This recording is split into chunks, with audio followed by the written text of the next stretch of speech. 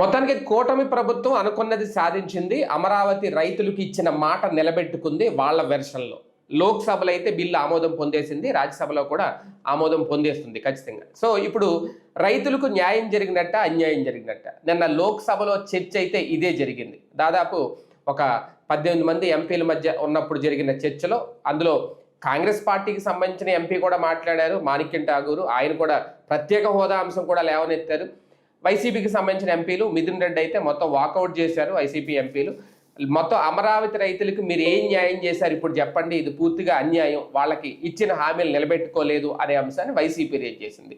అమరావతి రాజధాని చట్టబద్ధత పేరుతో రాజకీయం జరిగిందా, లేదంటే అక్కడ న్యాయం జరిగిందా, రైతులకు అన్యాయం జరిగిందా అనేది ఎవరు సమాధానం చెప్తారో కూటమి ప్రభుత్వం అసలు ఆలోచిస్తోందా లేదా, ఇదే అంశం మీద చర్చించే ప్రయత్నం చేద్దాం. సార్, ఒక రకంగా జై కొట్టిందని ఒకళ్ళు కూటమి ప్రభుత్వానికి, చట్టబద్ధతకి, అమరావతిని ఇంకెవరు మార్చలేరు, అమరావతిని ఇంకెవరు ఏమీ చేయలేరు, కదల్చలేరు అంటూ పెమ్మసాని చంద్రశేఖర్ లాంటి వాళ్ళు చేసిన వ్యాఖ్యలు ఏదో సాధించినట్టు ఫీల్ అవుతున్నారా, లేదంటే నిజంగా సాధించారా? ఇక్కడ సమస్య ఏంటంటే రాజకీయ చదరంగంలో ప్రజల్ని పావుల్ని చేస్తూ ఆ ప్రజలకే తెలియనియకుండా ఆ ప్రజల్ని ఆ ఊబిలోకి లాగుతున్నారు. ఇది అందరూ కలిసి చేస్తున్నటువంటి దౌర్భాగ్యకరమైనటువంటి పరిస్థితి. అమరావతిని ఎవరూ కదిలించలేరు. ఎవరు కదిలిస్తారు? ఏ ఊరినన్ను ఎవడన్నా కదిలించడం కుదురుద్దా? రాజధాని అమరావతి అయ్యునా కాదా? భారతదేశ చరిత్ర కాదు, ప్రపంచ దేశ చరిత్రలో ఒక మనిషి పుట్టాడు. పుట్టినటువంటి వాడు వీడు అబ్బాయి కాబట్టి అబ్బాయి పేరు, వీడు అమ్మాయి అమ్మాయి కాబట్టి అమ్మాయి పేరు. ఇది కదా పుట్టాకే పెడతాం కదా. పుట్టకముందు ఊహాజనితంగా అనుకుంటాం, నాకు అబ్బాయి పుడితే ఈ పేరు పెడతా, అమ్మాయి పుడితే ఈ పేరు పెడతా. ఇంతే కదా సాధారణంగా పుట్టిన తర్వాత. ఇప్పుడు పుట్టని బిడ్డకి పేరు పెడుతున్నా. పుట్టలేదా? ఎక్కడుంది? ఇవాళ నువ్వు రికార్డుల్లో భారతదేశ చరిత్రలో లేని నగరాన్ని రాజధానిగా ప్రకటించారండి. నోటి మాటలో కాకుండా రికార్డెడ్గా ఎక్కడన్నా రాజధాని ఉందా అమరావతి? అంటే బిడ్డ పుట్టకుండానే హైకోర్టులు కట్టారా, పుట్టకుండానే అసెంబ్లీలు కట్టారా, పుట్టకుండానే సెక్రటరీ ఎక్కడ కట్టారని చెప్పండి ఒకసారి. సెక్రటేరియట్ ఏ ఊర్లో కట్టారు? వెలగపూడిలో కట్టారు. హైకోర్టు ఎక్కడ కట్టారు? ఇంకొక ఊర్లో కట్టారు. ఊరు పేరు ఏ ఊర్లో కట్టినట్టుంది? అక్కడ అమరావతిలో కట్టినట్టుందా, ఆ ఊర్లో కట్టినట్టుందా? ఇప్పుడు సచివాలయం అయితే వెలగపూడి సచివాలయం అంటారు. మరి ఇంకేంటి? అప్పుడు ఎక్కడ అమరావతి అయింది? రెండవది, అమరావతి నగరం ఎక్కడన్నా ప్రకటించబడిందా రాష్ట్రంలో? నోట్లో కాకుండా 29 గ్రామాలు అయితే మున్సిపాలిటీ, విజయవాడ గుంటూరుతో కలిపి అమరావతి అన్నది అంగీకరించండి. ఇది కదా చంద్రబాబు గారు చెప్పారు. Very good. ఇప్పుడు అమరావతి నగరం ఏదన్నా ప్రకటించబడిందా ఆంధ్రప్రదేశ్లో? నేను అడుగుతున్న మాట అది. అదే అంటే నాకు డౌట్ ఏంటంటే ఇప్పుడు ఇవన్నీ కలిపి సృష్టించబడేదే నగరం కాదా? ఎప్పుడది? ముందు నగరాన్ని సృష్టించి, ఇప్పుడు హైదరాబాద్ రాజధాని అండి. హైదరాబాద్కు ఒక జ్యూరిస్డిక్షన్ ఉంది కదా, పేరుంది కదా అక్కడ హైదరాబాద్ అనేది. బెంగళూరుకి పేరుంది కదా, చెన్నైకి పేరుంది కదా, నగరం ఉంది కదా అక్కడ. ఇక్కడ ఆంధ్రప్రదేశ్ గెజిట్ రికార్డుల్లో, రెవెన్యూ రికార్డుల్లో అమరావతి ఊరేది. అమరలింగేశ్వర స్వామి ఆలయం ఉన్న ఊరు, పంచాయతీ, అది మేజర్ పంచాయతీ, అంతే కదా. దాంట్లో మళ్ళీ 29 గ్రామాలు లేవు తెలుసా? 29 గ్రామాల్లో అమరావతి లేదు. పోనీ ఆ ముక్క అనుకోవడానికైనా సరే. ఎందుకు అమరావతి నగరం ఎవరు డిసైడ్ చేశారు? ఎక్కడ డిసైడ్ చేశారు? నోటితో చెప్తున్నారు స్టిల్ నౌ. నాకు ఎంత బాధ అనిపించిందంటే గుండెల్లో మంట పుట్టింది అనమాట నేను అది చూస్తున్నప్పుడు. ఆ రోజున విభజన రోజున ఎట్లాంటి మంట పుట్టిందో అట్ట మంట పుట్టింది. ఏం కావాలరా నాయన అంటే ఏం అడగకుండా, కనీసం నిబంధనలు చెప్పకుండా అరుస్తా, కేకలేస్తా, పెంట చేసి రాష్ట్రం విడిపోయిన తర్వాత నీది తప్పంటే నీది తప్పంటూ, అంతకుముందు 2 కళ్ళు 30 కళ్ళు 3 కళ్ళు అంటూ ఎవ్వడూ ఏదీ తేల్చకుండా నీకోసమే పోరాడుతున్నామంటూ మనందరినీ ముంచారు చూడండి. రాజధాని కూడా లేకుండా, రాజధాని ఎక్కడో లేకుండా, నిధులు లేకుండా, రాజధానికి సంబంధించి లేదా రాష్ట్రానికి ఒక ప్యాకేజీ లేకుండా రాష్ట్రాన్ని విడదీసినటువంటి దుర్మార్గులు ఈ రోజున మళ్ళీ మాట్లాడుతున్నారు. అందరూ కలిసి కూర్చుని ఏదో అద్భుతం చేసేసినట్టు. ఆ రోజు నుండి ఈ రోజు వరకు మన బిడ్డలందరూ వెళ్ళి హైదరాబాద్, బెంగళూరు, చెన్నైలోనే బతుకుతున్నారు. అద్భుతం అద్భుతం అద్భుతం అద్భుతం. 5 ఏళ్లలో హైటెక్ సిటీ కట్టిన ఆయన 7 ఏళ్లలో కట్టలేకపోతున్నాడు అమరావతి. ఇంకా కడతానే ఉంటాడా? ఇంకెన్ని శతాబ్దాలు కడతాడు అక్కడ ఆయన చెప్పుకొచ్చేటటువంటి. ఈయనేమో 3 రాజధానులు అయిపోయింది, ఇప్పుడు మావిగన్ను లేకపోతే కనుక మచ్చగన్నని ఈయన ఇంకో పేర్లు చెప్తారు. ఎవరి కోసం చేస్తున్నారండి వీళ్ళందరూ? మన దరిద్రం ప్రత్యామ్నాయ రాజకీయం లేకపోవడం, మూడవ రాజకీయం లేకపోవడం ఆడుకుంటున్నారేమో. అంతే కదా, రాష్ట్రంతో సర్వనాశనం చేస్తున్నారండి వీళ్ళు. హైకోర్టు కనుక ఆ రోజున ఎవరితో ఇప్పుడు హైదరాబాద్ హక్కు ఎవడు వదులుకోమన్నాడండి వీళ్ళు 10 ఏళ్ల పాటు? ఒప్పుకో లేదు కదా. అసలు ఆ రోజునే నాకు హైదరాబాద్ ఎందుక, నేను బెజవాడి నుంచి పరిపాలించుకుంటానని ఎందుకు రాలేదు? నాకు ₹1,00,000 కోట్ల ప్యాకేజీ కావాలని ఎందుకు అడగలేదు వీళ్ళు? లేదు. తర్వాతన హైదరాబాద్కే అంటూ తీసుకెళ్ళి హైదరాబాద్లో తగలేశారా లేదు డబ్బులు 2014 సెక్రటేరియట్లో కట్టించుకోవడం, హైదరాబాద్ మాకు హక్కు ఉంది మాకు హక్కు ఉంది అంటూ ఉపన్యాసాలు చెప్పారు కదా ఆ రోజున. హైదరాబాద్లో మనకు కేటాయించబడినటువంటి భవనాలకి కోట్ల రూపాయలు డబ్బులు పోశారు కదా, అసెంబ్లీకి ఖర్చు పెట్టారు కదా, సెక్రటేరియట్ ఖర్చు పెట్టారు కదా. ఎందుకు పెట్టారు మరి మీరు? అయిపోయింది. ఆ ఓటు కేసు వచ్చింది కాబట్టి ఇక్కడికి వచ్చారు, లేకపోతే ఇప్పటికే హైదరాబాదే. ఇప్పుడు ఈ తీర్మానం ప్లేస్లో అప్పుడు ఏ తీర్మానం ఉండేదో తెలుసా? ఇంకా రాజధాని మేము సమకూర్చుకోలేదు కాబట్టి అప్పుడు ఏం చేసేవాళ్ళు అంటే 10 ఇట్లా సాగదీస్తూ ఉండేవాళ్ళు రాజధాని. ఈ సాగదీసి ఇంకా మేము తేల్చుకోలేని కారణంగా ఇంకో 15 ఏళ్ల పాటు ఇంకో 10 ఏళ్ల పాటు ఎక్స్పాన్షన్ ఉమ్మడి రాజధాని అని తెచ్చేవాళ్ళు తీర్మానం. ఖచ్చితంగా ఓటు కేసు అవ్వకపోయి ఉంటే, కేసీఆర్ బెదిరించి ఇక్కడికి పంపించకపోయి ఉంటే, అక్కడ కార్యకలాపాల్లో తెలుగుదేశం పూర్తిగా దెబ్బతినకపోయి ఉంటే, తెలుగుదేశానికి అక్కడ ఇవాళకి కూడా 15-20 సీట్లు వస్తూ ఉంటే, వైసీపీకి కూడా ఒక 5-10 సీట్లు వస్తూ ఉంటే తెలంగాణలో ఇవాళకి కూడా రాష్ట్ర విభజన జరిగేది కాదు. అది ఆంధ్రప్రదేశ్కి రాజధాని వచ్చి ఉండేది కాదు. అదృష్టమో దురదృష్టమో వాళ్ళు అక్కడి నుంచి ఆ తప్పు పని చేయడం వలన ఇక్కడికి మనం రాబడ్డాం. ఇవాళ ఏంటి, ఇక్కడికి వచ్చాక హైకోర్టు తెచ్చారండి. హైకోర్టుకి ఏమని రాశారు ఆ రోజున? జడ్జి గారు ఎట్ట సంతకం పెట్టారు నాకు అర్థం కాల. అన్నీ సెట్ అయిపోయినాయి అని రాసిచ్చారు, వచ్చేసారు. ఎక్కడ ఉన్నారు ఆ రోజున? ఎన్నాళ్ల పాటు ముఖ్యమంత్రి క్యాంప్ ఆఫీస్ మార్చేసి ఆయన వెళ్ళి లింగమనేని గెస్ట్ హౌస్లో ఉండి క్యాంప్ ఆఫీసును కోర్టుగా మార్చారు కొన్ని నెలల పాటు. 1 రోజు కాదు 2 రోజులు కాదు. ఒక ఆంధ్రప్రదేశ్ రాష్ట్ర హైకోర్టు ఏమైపోతుంది తెలంగాణలో ఇంకో 4 నెలలు ఉంటే? ఆ ముక్క రాసి వచ్చాం ఇక్కడ తీసి చంద్రబాబు గారు ఉండి ఖాళీ చేసిన ఇంట్లో హైకోర్టా? ఏందది? రాజ్యాంగం ఎక్కడికి వెళ్తున్నాం మనం? ఇది వ్యక్తి పాలనలా వ్యవస్థ పాలన? ఇప్పుడు అసలు లేని నగరాన్ని రాజధానిగా ప్రకటించారు. ఇది వింత. అమరావతి నగరం ఏమన్నా ఇవాళ నోటిఫై అయ్యిందా? నేను అడుగుతున్నది అదే. విజయవాడ కార్పొరేషన్కి 63 సీట్లు ఉంటే 63, 67 అది 83, 84, 88 అవుతున్నాయి అని చెప్పి వాళ్ళే పేపర్లో వచ్చింది. గుంటూరు కార్పొరేషన్కి ఉన్నటువంటి కార్పొరేటర్ సీట్లు పెంచుతున్నారని వాళ్ళే వచ్చింది. 2 కార్పొరేషన్లు ఉంటే, మంగళగిరి మున్సిపాలిటీకి ఉంటే, తాడేపల్లి మున్సిపాలిటీకి ఉంటే, ఇంకా నగరం ఎక్కడుందండి? అమరావతి నగరం ఎక్కడుంది? అంటే ముందు పేరు పెట్టి తర్వాత నగరాన్ని తయారు చేస్తారేమో. అది ఎట్లాగా? 12 ఏళ్ల తర్వాత కూడా పోనీ ఇప్పుడు మళ్ళీ ఆ నోటిఫికేషన్ ఎందుకు ఇవ్వాలి? అప్పుడు మీరు విజయవాడ గుంటూరు మీరు అన్నట్టే నిజం అనుకుందాం, మరి ఇప్పుడు ఎందుకు ఈ నోటిఫికేషన్లు ఇస్తున్నారు? డివిజన్ల పెంపు అవి తీసేయాలి కదా, అవన్నీ విలీనం తీసుకురావాలి కదా. నిన్న అమరావతికి సంబంధించి అసెంబ్లీలో తీర్మానం రోజు నేను అదే అడుగుతున్నా, ఇవాళ నేను అదే అడుగుతున్నా. రాజధాని నగరాన్ని ప్రకటించకుండా స్టిల్ డౌన్ మీరు చేసేటటువంటిది రాష్ట్రానికి మంచా చెడా? ఆలోచించండి. ఇది చేతులు ఎత్తి మొక్కుతూ మాట్లాడుతున్నా నేను. ఎందుకంటే ఈ గందరగోళం ఎన్ని సంవత్సరాలు చేద్దాం? 12 ఏళ్ళైనా 25 ఏళ్ళైనా ఇంతే చేద్దామా? అదేమంటే ఇప్పుడు వీళ్ళంట ఈ 29 గ్రామాల కంటే ఒక్కొక్క ఊరు కలుపుకొస్తారట నిదానంగా. ప్రధాన నగరాలలోకి పంచాయతీలు కలపడం చూసాం ఎప్పుడైనా సరే. అంతే కదా. బెంగళూరు, హైదరాబాదు, చెన్నైలో నగర శివార్లలో ఉన్న పంచాయతీలు మున్సిపాలిటీలు కలిపారు.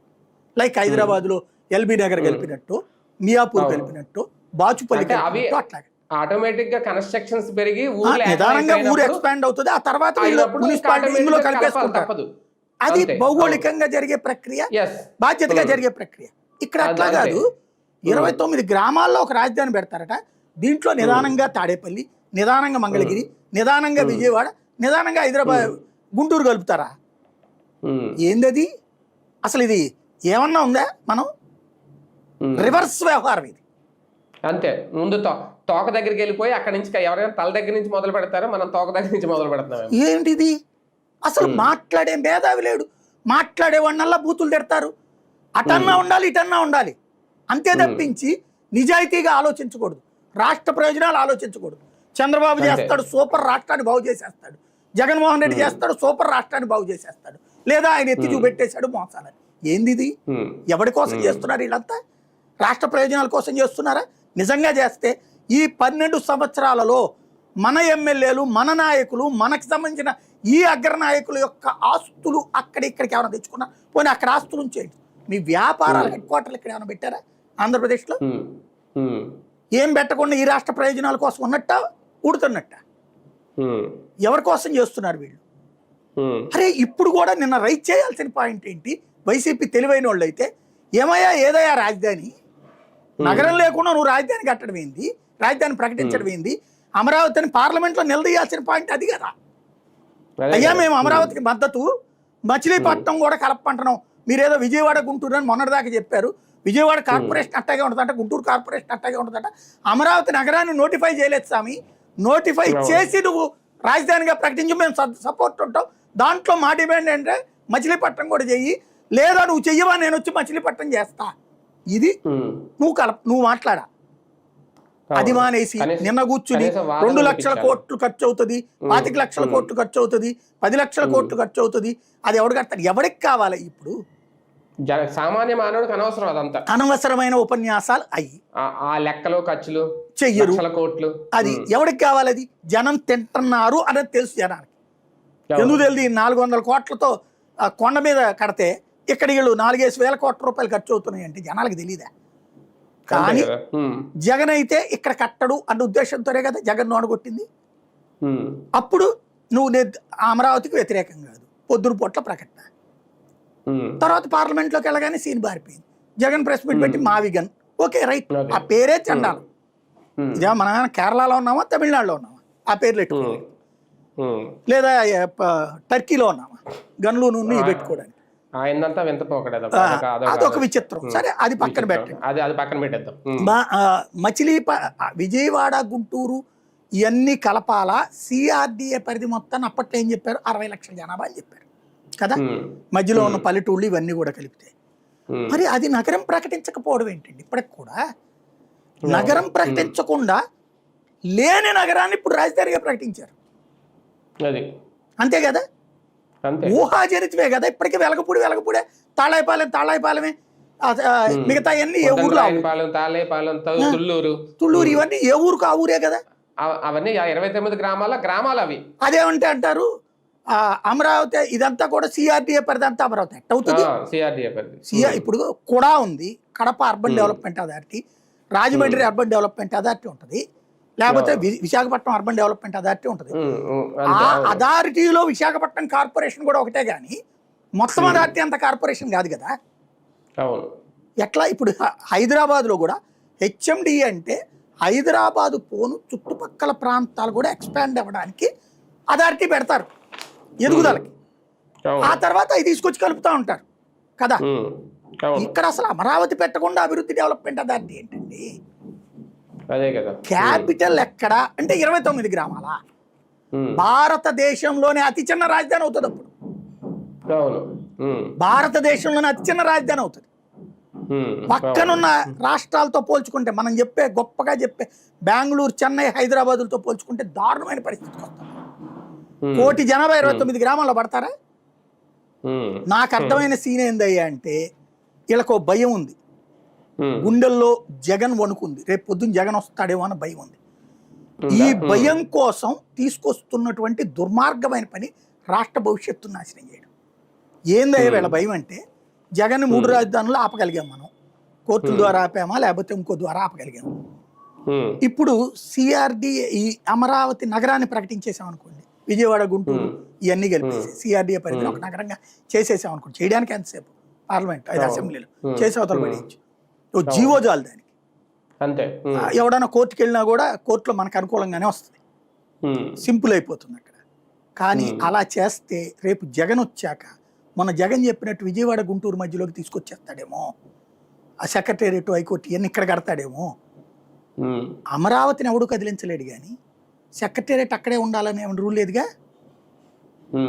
ఇప్పుడు కేసీఆర్ అప్పుడు ఇల్లు కట్టించాడు, అంతకుముందు అది రాజశేఖర రెడ్డి ఉన్నప్పుడు కట్టించాడు సీఎం క్యాంప్ ఆఫీస్ అని, చట్టబద్ధమైంది అది. దాంట్లో ఆయన చచ్చిపోయాడని, తర్వాత వచ్చిన రోసి ఉంటే ఆయన కూడా నిత్యం స్ట్రగుల్ అయ్యాడని కిరణ్ కుమార్ రెడ్డి ఆ ఇంట్లో ఉండాల, ఆయన వేరే ఇంట్లోనే ఉన్నాడు. అట్లాగే తర్వాత వచ్చినటువంటి కేసీఆర్ అధికారంలోకి వచ్చాక దాన్ని పక్కన పెట్టేసి ఆ పక్కన ప్రగతి భవనాన్ని కట్టుకున్నాడు. ఇప్పుడు ఆ ప్రగతి భవన్ని బట్టి విక్రమార్క ఇచ్చేసి రేవంత్ రెడ్డి వేరే తన ఇంట్లో తను ఉంటున్నాడు కదా. ఇట్లాగ రేపు పొద్దున కూడా సెక్రటేరియట్లో చేసేస్తారు. ఇప్పుడు మార్చచ్చు కదా, బిల్డింగులు మార్చకూడదా? పార్లమెంట్ భవనాలు మార్చలేదే ఏంది ఇప్పుడు కొత్తగా? అదే ఢిల్లీలో మార్చారు ఇంకో ప్లేస్ కొంచెం అవతల. అట్లా రేపు మార్చచ్చుగా, దానికి ఏ చట్టం అడ్డుకోదు, ఎవరు ఆపడానికి ఉండదు. ఇట్లుంటాయి ఏది నగరంగా ఉంటే. అందుకని దీన్ని నగరంలోకి దూర్చట్లేదు అనుకుంటా, నగరం ప్రకటించట్లేదు అనుకుంటా. అప్పుడు మనకి తెలియకుండా ఏమన్నా జీవో పెట్టేసుకున్నారేమో 29 గ్రామాలే అమరావతి అని. ఆ జీవో కాపీని ఏమన్నా పంపించారేమో అక్కడికి. ఎందుకంటే అక్కడ అది లేకుండా పంపించడం కుదరదు. అంటే అప్పట్లో క్యాపిటల్ రీజియన్ అన్నారు కదా, ఆ క్యాపిటల్ రీజియన్ అమరావతి అని ఏమన్నా పంపించారేమో వాళ్ళకి అవి ఎక్కర్లేదు, జ్యూరిస్డిక్షన్తో సంబంధం లేదు.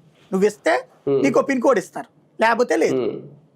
అప్పుడు వీళ్ళు 29 గ్రామాలే రాజధాని అనుకుందాం ఫర్ ఎగ్జాంపుల్. దెన్ డెవలప్మెంట్ అవుతుందా, గ్రోత్ ఉంటుందా రాష్ట్రానికి? సాధ్యం అవుతుందా? నేను చాలాసార్లు చెప్పాను, manufacturing sector, service sector, commercial sector ఇవన్నీ రావాలంటే విజయవాడ గుంటూరు కలవాల్సిందే. ఇప్పుడు ఆ 29 గ్రామాల్లోకి వెళ్ళి ఒక తోళ్ళ పరిశ్రమ లేకపోతే ఒక దాన్ని ఏమంటారు సాఫ్ట్వేర్ కంపెనీ ఇవన్నీ అక్కడ పెడతారా? పెట్టి ఏం చేస్తారండి? ఎక్కడొచ్చి ఉంటారు? ఇప్పుడు మన పిల్లలు హైదరాబాద్లో పనిచేస్తున్నారు, లేదా అమెరికాలో పనిచేస్తున్నారు, విదేశాల్లో పనిచేస్తున్నారు. వాళ్ళు ఎందుకు వెళ్ళారు అక్కడికి? మెట్రో స్టైల్ ఆఫ్ లైఫ్, అంతే కదా. ఆయా నగరపు నాగరికతని ఆస్వాదిస్తున్నారు కదా. ఇక్కడ అట్లా సాధ్యమవుతుందా ఇప్పుడు? అక్కడ 29 గ్రామాల్లో అయితే విజయవాడ గుంటూరుకి ఆ ఛాన్స్ ఉంది. ఇప్పటికే నైట్ లైఫ్ ఎంజాయ్ చేస్తున్నారు విజయవాడ గుంటూరు యూత్. వైజాగ్తో పోల్చుకుంటే కాదు, ఇప్పటికి కూడా వైజాగ్లో ఒక 20-30% మనం చెయ్యొచ్చు. చంద్రబాబు గారు ఇదివరకు ఎఫర్ట్ పెట్టారు కదా, దాని పేరే నైట్ బజార్లు అవి పెట్టి అట్లాగే పెట్టండి, ఇంకా డెవలప్ చేయండి. కానీ డెవలప్మెంట్ని తీసుకెళ్ళి 29 గ్రామాలు అంటే నువ్వు బిల్డింగులు కడతావు, బిల్డింగులో ఉద్యోగాలు చేయడానికి వస్తారు. What next?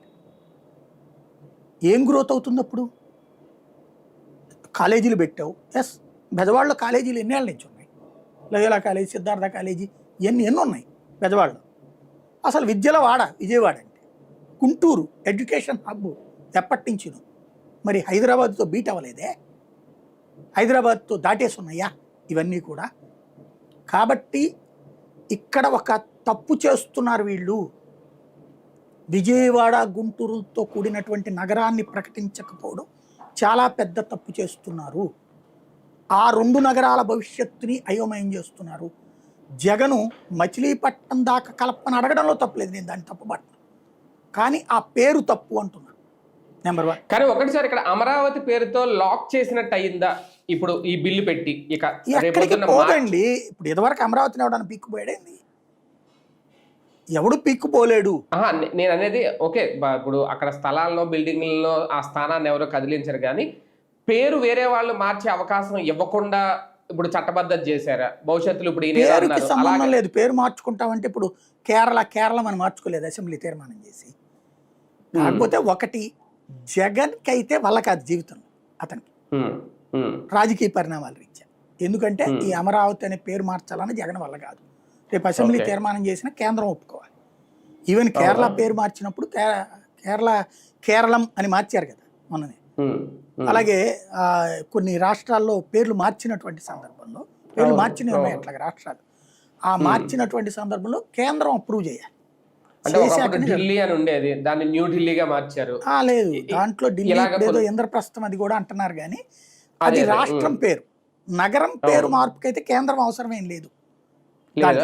కానీ కేంద్రం నోటిఫై చేసుకోవాలి, అంటే ఇక్కడ ఇచ్చిన దాన్ని నోట్ చేయాల్సి వస్తుంది. ఇప్పుడు అదే జరిగిందా? ఏది?